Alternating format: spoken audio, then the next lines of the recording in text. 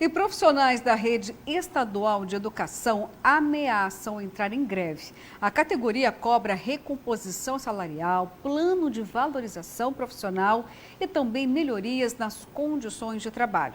E para falar sobre este e outros assuntos, eu recebo aqui no Jornal do Meio-Dia o presidente do Sindicato dos Trabalhadores do Ensino Público de Mato Grosso, Valdeir Pereira. Olá, boa tarde, seja muito bem-vindo, Valdeir. Obrigado, Luciana, mais uma vez aqui para que possamos tratar dessa questão da educação aqui do nosso estado. Valdeir, quando a gente fala, greve na educação, nesse momento aqui, os pais que estão nos assistindo e os estudantes também já ficam assim, um pouquinho preocupados, Meu Deus, greve, saímos de uma pandemia onde houve muito prejuízo, para a educação e agora novamente com o retorno da normalidade, o que não é fácil ainda, existem muitos desafios, a gente já começa como uma notícia dessa, olha, pode ter aí uma greve ou ameaça de greve. É real esse fato? Pode, de fato, ter uma paralisação?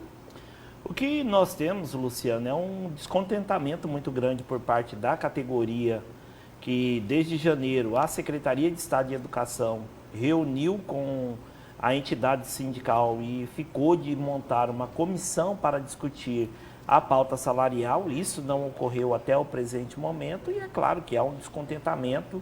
E em razão disso, nós no mês de agosto teremos o nosso Conselho de Representantes, marcamos uma Assembleia Geral e é claro que se a categoria definir que haverá necessidade de fazer uma paralisação por tempo determinado e tiver essa disposição, é claro que caberá à entidade sindical conduzir o processo. Mas até lá a gente espera que o governo do estado de Mato Grosso, que já tem a pauta protocolada desde o mês de fevereiro, apresente algum tipo de proposta para a categoria, não só nas questões salariais, mas outras questões que têm impactado muito, como é o caso do Webponto, as instabilidades no seu funcionamento, a questão da gestão democrática, que na última semana tivemos aí notícia de que praticamente 80 trabalhadores da educação foram retirados de funções de gestão democrática sem nenhum tipo de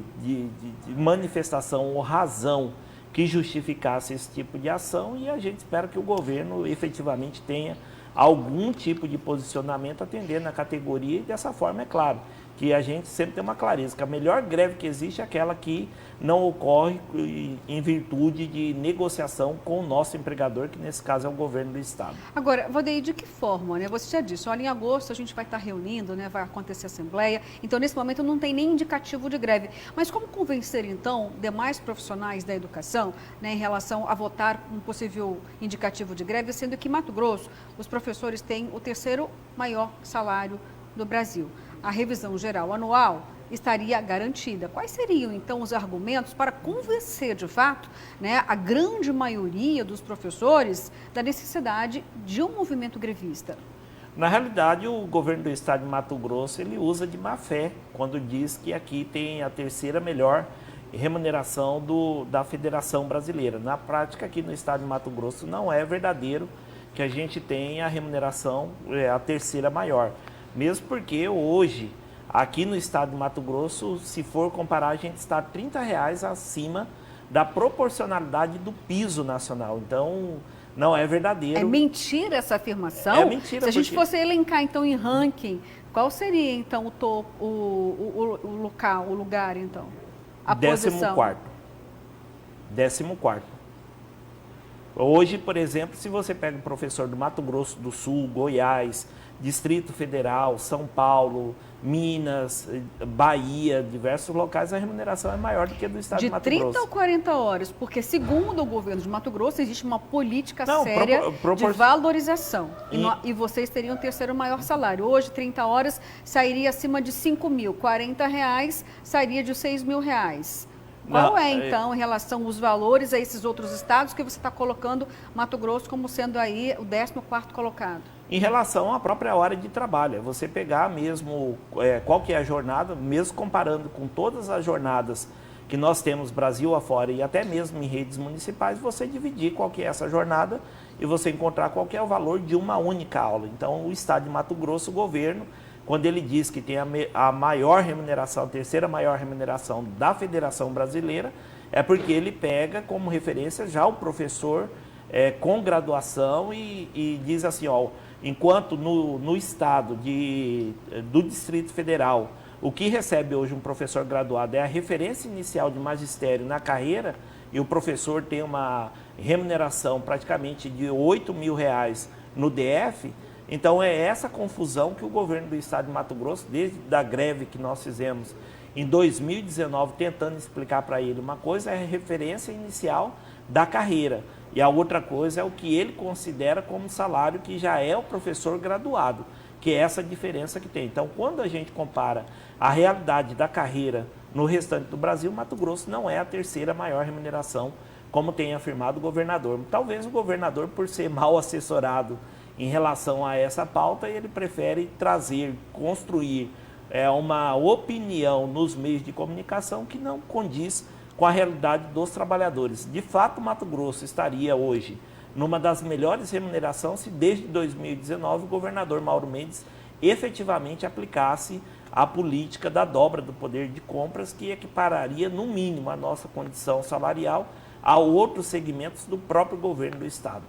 Vandeir, então Mato Grosso não tem nenhuma boa referência em relação à educação, porque os indicadores da educação são péssimos, nem mesmo o governo mascara ou esconde isso.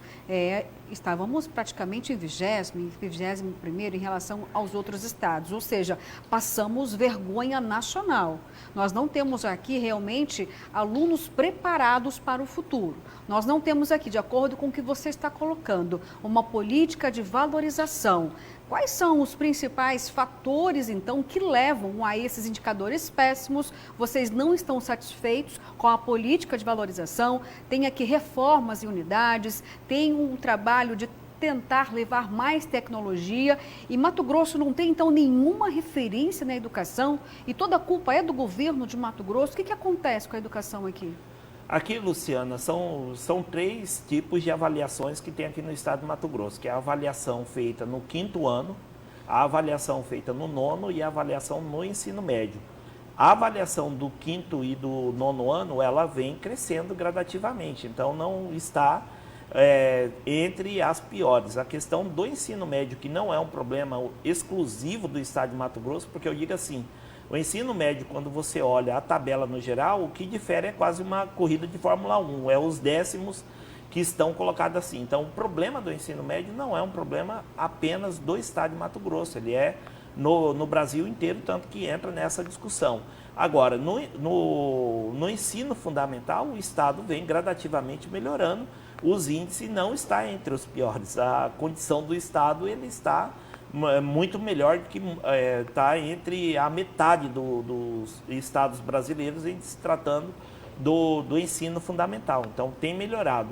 De fato, aqui no estado de Mato Grosso, com a questão da pandemia e o fato de ter uma política de arrecadação nesses últimos períodos, tem melhorado as condições das escolas. Isso a gente não tem escondido de ninguém. De fato, há muitas reformas de escola. O próprio Ministério Público atuou para que o governo do estado apresentasse, teve um TAC em relação a isso, a melhoria das condições da infraestrutura das escolas, assim como das condições de trabalho com internet, computadores, que chegaram, apesar de ter chegado ao término da pandemia, mas de fato tem melhorado muito alguns desses aspectos no cotidiano dentro da escola.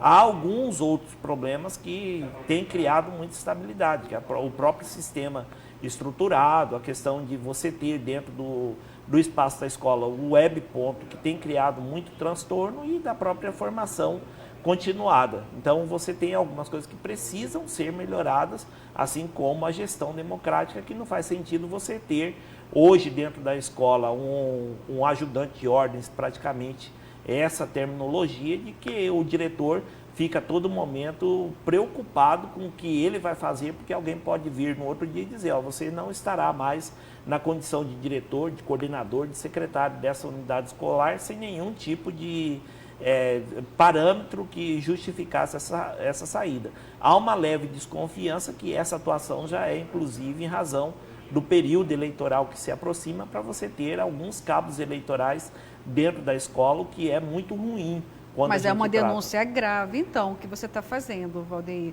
Tem elementos para comprovar essa sustentação?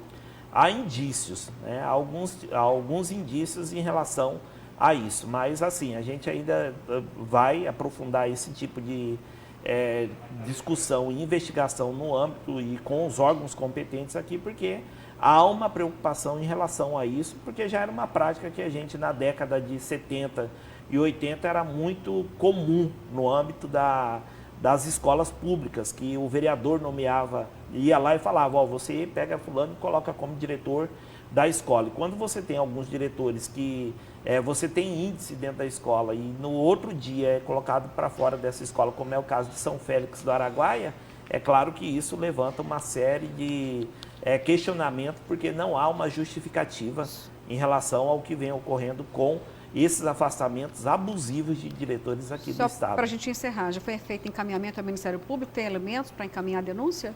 Nós ainda não encaminhamos ao Ministério Público para que proceda, mas essa investigação já é uma decisão por parte da direção do sindicato que a solicitação de investigação, inclusive, não recairá apenas ao órgãos de controle aqui do Estado de Mato Grosso. Valdeir, obrigada pela sua presença aqui no Jornal do Meio-Dia. Eu que agradeço, nós estamos sempre à disposição e mais uma vez frisando que nós estamos abertos para o diálogo junto ao governo do Estado de Mato Grosso e é isso que nós esperamos nos próximos dias. Obrigada.